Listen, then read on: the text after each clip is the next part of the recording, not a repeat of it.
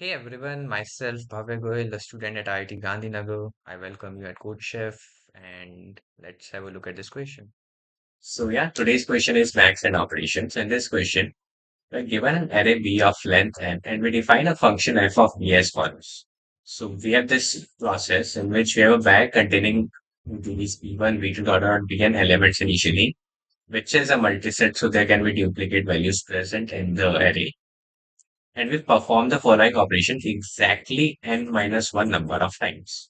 So in every operation, we choose and remove two elements x and y from the bag, and we add the max of both of them to our score, and we insert their and back into the bag. So for example, if this is the array, then we can choose any two elements. So let us choose 4 and 3. So we'll be adding the max of them to our score. So initially our score was 0. We'll be adding the max, which is 4 to our score, and we'll be inserting back there and into the array. So the 0 would be inserted back because 4 and 3 is 0.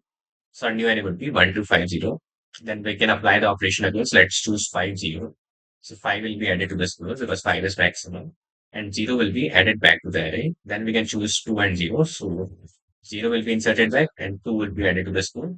Now we can choose 1 0 and 0 will be inserted back into the array and 1 will be added to the score. So the final score that we get is 12. But we could have done a bit different operations. So let us say we choose 5 and 1 initially. So initially, 5 would have been added to our score and 5 and 1 as 1. So 1 would have been added back to the array. So we would have 1, 2, 4, and 3 inside our array. Then we can choose 1 and 4. So 4 would be added to the score and we would be adding 0 back to the array. So we have 0, 2, and 3. Now we can add, like, we can choose the elements to be 0 and 2. So 3 will be added to the array and we will insert 0 and 3, which is 0 back to the array. So we'll have 0, 2.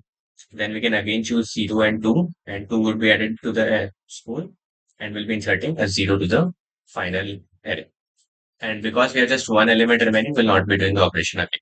So the score which we get by doing this set of operation is 14, which is also the maximum possible score that we can get for this particular error. So f of b is nothing but defined as the maximum possible final score that we can obtain by performing this operation exactly n minus one number of times. Now we are given two integers n and m, and our task is to compute the sum of f of b across all integer arrays of length n whose elements lie in between 1 and. So let's say we have n elements. So these are the n elements that we have. And for each element, we have m number of options. So we can either, let's say m is 3. So we can put a 1 or 2 or 3 at every index. So how many total such arrays would exist? There would exist m raised to the power n total number of arrays. And for all the arrays, we need to print the sum of f of b for all of those possible arrays. And now because the answer can be very big, we need to print it modulo 189 plus 7. So this is pretty much the problem statement. Now let us quickly look at the sample inputs and constraints ones. So in the constraints are given that the test cases would be, number of test cases would be in between 1 and 10 raised to the power 4. N would be in between 1 and 2 into 10 raised to the power 5. M would be in between 1 and 2 into 10 raised to the power 5. And the sum of M over all the test cases does not exceed 2 into 10 raised to the power 5. Notice that M, like the sum of N over all test cases may exceed, but the sum of M over all the test cases will not exceed 2 into 10 raised to the 5. Now let us see the sample input ones to understand the problem better. So the first one problem set is pretty huge, so we'll not discuss the first one. In the second one, we have two, so we have exactly four possible arrays. That is, either we place 1 at both indices, 1 and 2, or 2 and 1, and 2 and 2. Now in the first one, we can choose these two elements, and one would be added to our. Right, so this will give us a score of 1, this will give us a score of 2, because the max of these two is 2. This will give us a score of 2 because we'll be choosing these two elements and the max of them is 2. And this will also give us a score of 2. So the sum of all the scores is 7, which is the answer. In this test case, the answer is 0 because the size of all of the inputs is already 1. Right, so hence the answer for this particular case is 0. Right, because it would be like 500 arrays like this, dot 500, and all of them already have a length of 1. So the score of like the f of all of these arrays would be nothing but 0, right? Now let us move to the solution. So let us say we are given some array B. Now what is the f of B for that given array? So let's say we have 3, 1, 2, 4, 8, 11, 5. So we can obviously sort the whole array, right? Because it won't really matter because we're just choosing two elements and adding one element back to the array. So let us sort the array first of all. Now this is the sorted array that we have. Now what is the maximum possible sum in any case that we can get? So we are performing the operation n minus 1 times. And in every operation, we're choosing exactly two elements and adding their and back to our array. So the maximum possible score that we can get for an array like this would be 2 plus 3 plus 4 plus 5 plus 8 plus 11. Right? Why?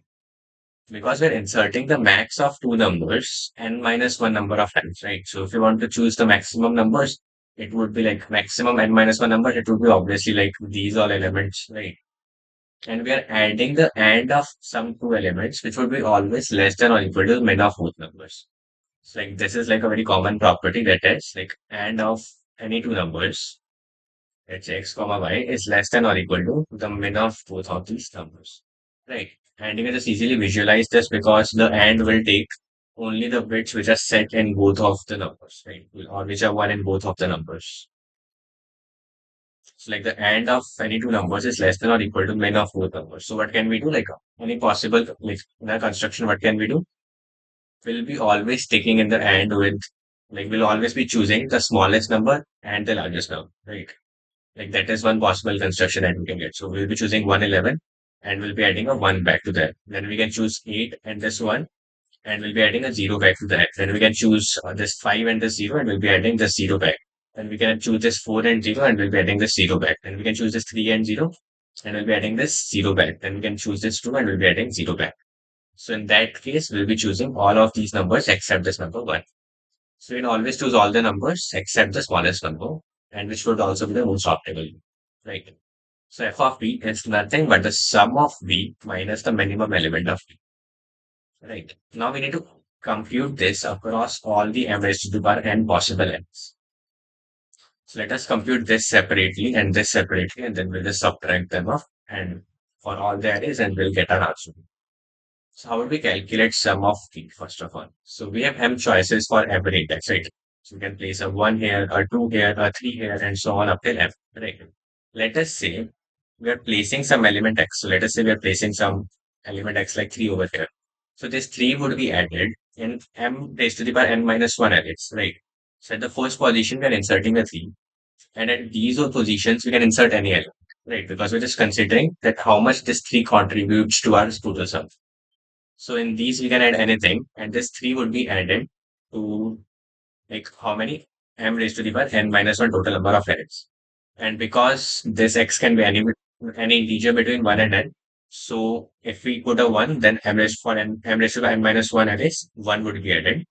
If we insert a 2 over at this index, then 2 would be added to all of these number of arrays and so on. This summation would be added. Right now, this summation is nothing but m into m plus 1 by 2.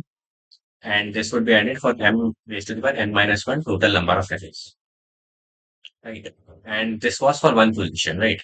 But we can insert anything at this position as well. Like the x can be inserted at this position or this position or this or this or this. So there are n such possibilities. So what are the total number of ways? N into m plus 1 by 2 into m raised to the power n minus 1 total number of like that would be the total sum of all the elements of all the elements. Right. Now what would be the sum of min of these across all the elements? So we want to find the minimum element, right? So let us say that the minimum element is some number y in our array, right? So how many arrays exist which have the elements greater than or equal to y? So that would be m minus 1 plus 1 raised to the power n, right? So let's say m is 10 and y is 3. So what are the total number of elements I can put in here? That would be 10 minus 3 plus 1, which is 8, right? So I can place a 3 or a 4 or a 5 or a 6 or a 7 or 8 or 9 or 10 at this index, right? So there are 8 possibilities for this index, 8 for this, 8 for this, 8 for this, and so on for all of the possible n arrays. So it would be nothing but 8 raised to the power n. Or to generalize it, it would be m minus 1 y plus 1 raised to the power n. So these many arrays would exist which have all the elements greater than or equal to 1. Now, this would also count the arrays which are greater than y, right? But we want to count the number of arrays which contains the element y, right? So we can just simply subtract them, right? So we can calculate the elements greater than or equal to y. We can calculate the elements which are greater than y. And this minus this would be the total number of arrays which has the minimum element as well, right? So how many arrays would exist which have greater than y? We'll just replace this with y plus 1. So m minus y plus 1 plus 1. So this would be nothing but m minus y. Right. So we have m minus y raised to the power n number of arrays which have the minimum element to be greater than y. Now, how many arrays would exist whose minimum element is y? It would be nothing but this minus this. Right. Now, what would be the total sum of this? It would be summation from y equal to 1 to m of this thing. Right. So why? Because let's add a bracket over here. Yeah. Why this? Because this y is the minimum element for these many number of arrays. Right. So let's take the sum of it across all the possible f vectors. Now, though you can easily compute this in O of m time, you can also simplify this thing into this. Though it is not necessary to solve the question, but you can simplify it simply like this. Right. So when the value of y is equal to 1, this is the summation that we have inside, which is m raised to the n minus m minus 1 raised to the n. When y is equal to 2, it is this. When y is equal to 3, it is this. And we have dot summation like this, right? And it would turn out to be like beautifully cancel out into nothing but this. So we can cancel out this with this, this with this, this with this with this, and this is nothing but 0 order, right? So we would be left with only m raised to the n, m minus 1 raised to the power n, m minus 2 raised to the power n. Okay, here it would be m minus 2, and this would just keep continuing, and we would be left with just the set of numbers, which is nothing but this, right? And that's pretty much the whole solution. You can easily compute this in m log n time, right? And this part can be easily computed in like log n time, right? So this is like the overall answer for a test case, and we can easily compute this in m log n time, which would easily pass given the constraints, and that's pretty much the whole solution as well. Now let us see the code in C++ and Python. So this is the code in C++. This is nothing but a binary exponentiation function. We're taking an input of the number of test cases. We're taking an input of n and m. We're calculating the first value, this part, which is nothing but n into m plus 1 by 2, n into m plus 1 by 2 into the binary power of this m into n raised to the power n minus 1, m raised to the n minus 1, m raised to the n minus 1, and then we're subtracting I raised to the power n for all the i's in between 1 and n. So we're subtracting 1 raised to the power n, 2 raised to the power n, and so on up till m raised to the power n. And we're taking modulo property everywhere. And then that's pretty much the whole solution which solves the question. Now let us see the solution in Python. So we'll be running a loop for every test case. We'll be taking an input of n and m. This is when computing the first part. This is n into m plus 1 by 2, n into m plus 1 by 2 into m raised to the power n minus 1 into m raised to the power n minus 1. And then we're subtracting I raised to the power n for all I in between 1 and m. So we're subtracting 1 raised to the power n, 2 raised to the power n, and so on up till m raised to the power n. In the end, we're simply printing the answer, and that's pretty much the whole solution.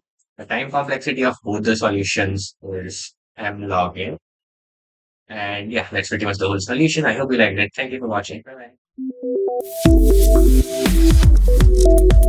bye.